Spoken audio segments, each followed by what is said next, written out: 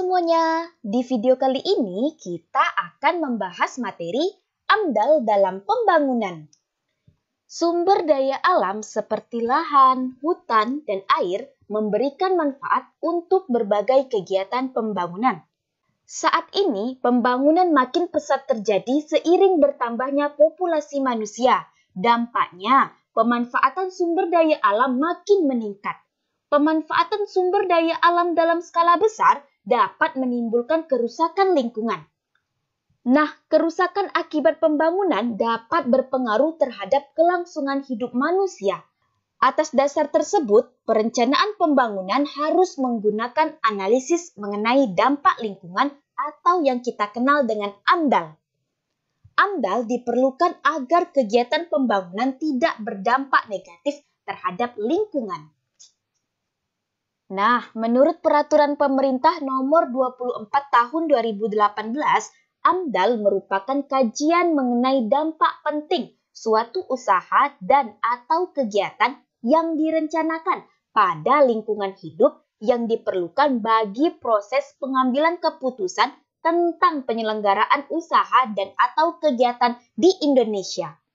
AMDAL disusun pada tahap perencanaan suatu pembangunan sehingga dapat digunakan sebagai acuan pengambilan keputusan.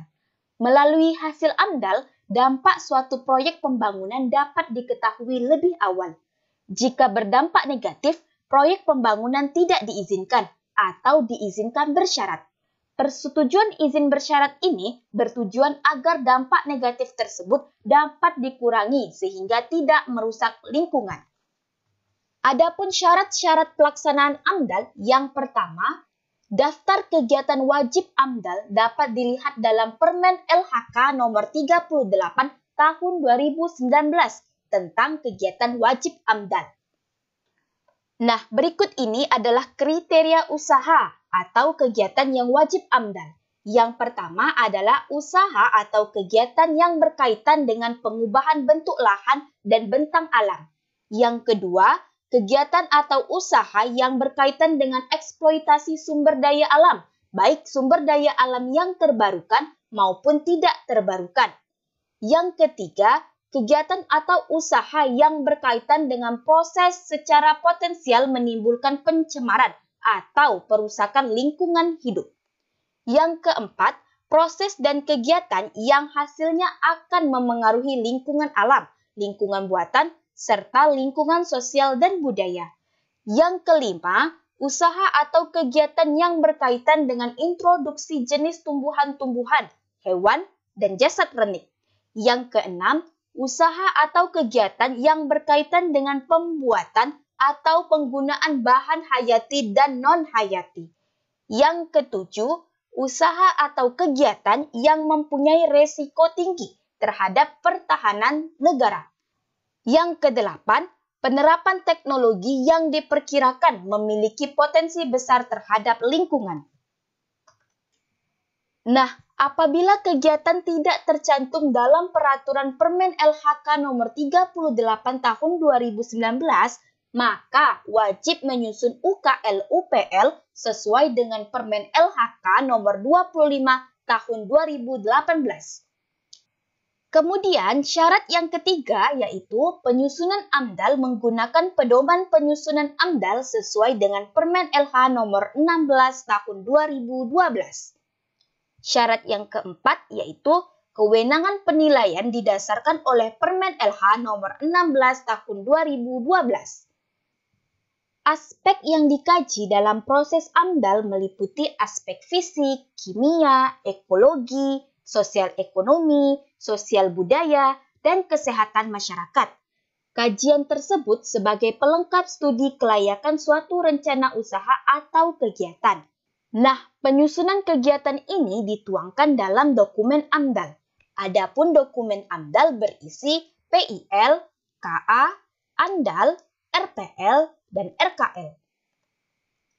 PIL atau Penyusunan Informasi Lingkungan merupakan dokumen yang berisi telaah secara garis besar mengenai rencana proyek yang akan dilakukan atau diusulkan yang kemungkinan menimbulkan dampak lingkungan jika proyek tersebut berjalan.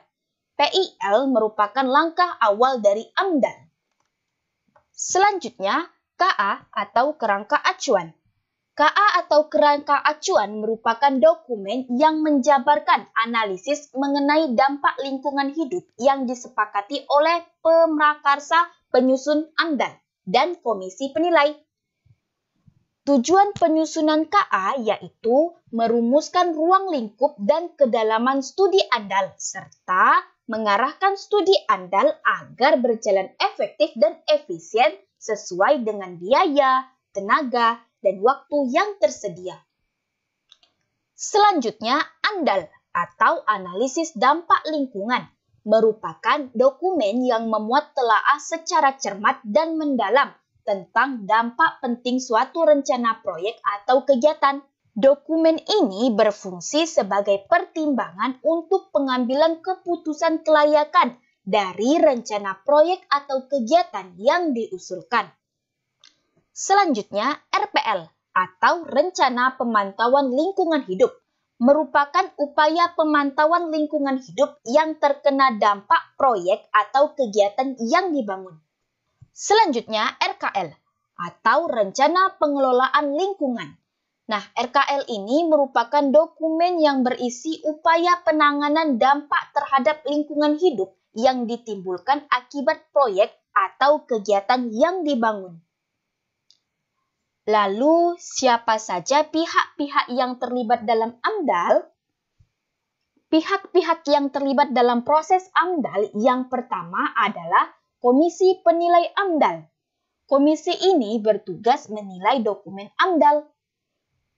Yang kedua, pemrakarsa, yaitu orang atau badan hukum yang bertanggung jawab atas suatu rencana usaha dan atau kegiatan yang akan dilaksanakan.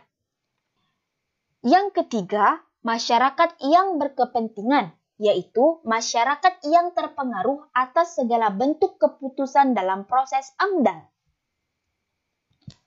Adapun proses perolehan dokumen AMDAL yang pertama ada namanya proses penapisan atau screening, yaitu proses penentuan penyusunan AMDAL dalam suatu rencana kegiatan. Kemudian ada proses pengumuman, yaitu pemberian gambaran umum kepada masyarakat terkait rencana kegiatan. Yang ketiga ada proses pelingkupan atau scoping, yaitu proses awal penentuan lingkup permasalahan dan dampak penting. Yang keempat, penyusunan dan penilaian KA AMDAL, yaitu proses penyusunan dan penilaian kerangka acuan analisis dampak lingkungan. Yang kelima, penyusunan dan penilaian AMDAL, RKL, RPL, yaitu proses penyusunan rencana pengelolaan dan pemantauan lingkungan. Yang terakhir, persetujuan kelayakan lingkungan, yaitu proses penentuan layak atau tidaknya suatu rencana atau kegiatan yang akan dilakukan. Nah, prosedur ini harus ditempuh pelaku industri untuk memperoleh izin pembangunan. Pelaku industri hanya boleh melakukan pembangunan setelah memperoleh persetujuan kelayakan lingkungan. Berdasarkan fungsinya, AMDAL berusaha menjaga rencana usaha dan atau kegiatan usaha agar tidak berdampak negatif terhadap lingkungan. Fungsi AMDAL memberikan manfaat bagi beberapa pihak. Pihak-pihak ini terdiri atas masyarakat, pemilik proyek, dan pemerintah. Manfaat AMDAL bagi masyarakat yang pertama adalah masyarakat dapat mengetahui rencana pembangunan dan mempersiapkan diri untuk adaptasi. Selain itu, masyarakat juga dapat ikut berpartisipasi. Tidak terjadi salah paham dan dapat bekerja sama dengan pemilik proyek. Kemudian, masyarakat dapat mengetahui hak dan kewajiban dalam hubungan dengan proyek tersebut. Selanjutnya, manfaat AMDAL bagi pemilik proyek. Dengan adanya dokumen AMDAL, dapat melihat masalah-masalah lingkungan yang dihadapi di masa mendatang. AMDAL merupakan sumber informasi mengenai keadaan sosial budaya masyarakat sekitar. dapat mengetahui kelemahan dan dapat menyempurnakan kelemahan tersebut serta dapat mengetahui keadaan atau kondisi lingkungan. Yang terakhir, manfaat AMDAL bagi pemerintah yang pertama yaitu untuk mencegah potensi sumber daya alam yang dikelola rusak. Selain itu, dapat mencegah sumber daya alam lain di luar proyek yang rusak, menghindari pengerusakan lingkungan hidup, menjamin proyek dibangun sesuai dengan rencana pembangunan daerah, untuk menghindari pertikaian antar pemilik proyek dengan masyarakat maupun dengan pemilik proyek, serta menjamin proyek memiliki manfaat yang jelas bagi masyarakat dan pemerintah dan dapat dipergunakan sebagai alat pengambil keputusan. Yang terakhir, peran AMDAL dalam pembangunan. AMDAL dapat menyukseskan pembangunan nasional karena pembangunan tidak hanya meningkatkan ekonomi, tetapi juga meningkatkan kesejahteraan penduduk. Untuk mencapai tujuan tersebut, sumber daya manusia memegang peran utama untuk menerapkan AMDAL dalam pembangunan. AMDAL memantau kegiatan pembangunan melalui pendekatan ke lingkungan. Pemantauan tersebut dapat meminimalisasi kerusakan lingkungan serta pencegahan kerusakan lingkungan. Minimalisasi kerusakan lingkungan merupakan salah satu tujuan AMDAL dalam pembangunan. Penerapan AMDAL untuk setiap rencana kegiatan pembangunan diharapkan membantu tercapainya tujuan pembangunan selaras dengan kelestarian lingkungan. Keselarasan pembangunan dengan lingkungan akan memicu pembangunan berikutnya. Dengan demikian, pembangunan dapat dinikmati oleh generasi mendatang tanpa terjadi kerusakan lingkungan.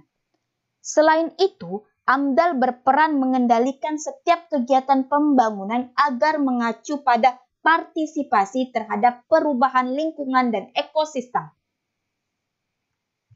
Nah, itulah tadi pembahasan materi mengenai AMDAL dalam pembangunan. Terima kasih telah menonton video ini. Sampai jumpa di video selanjutnya. Bye-bye.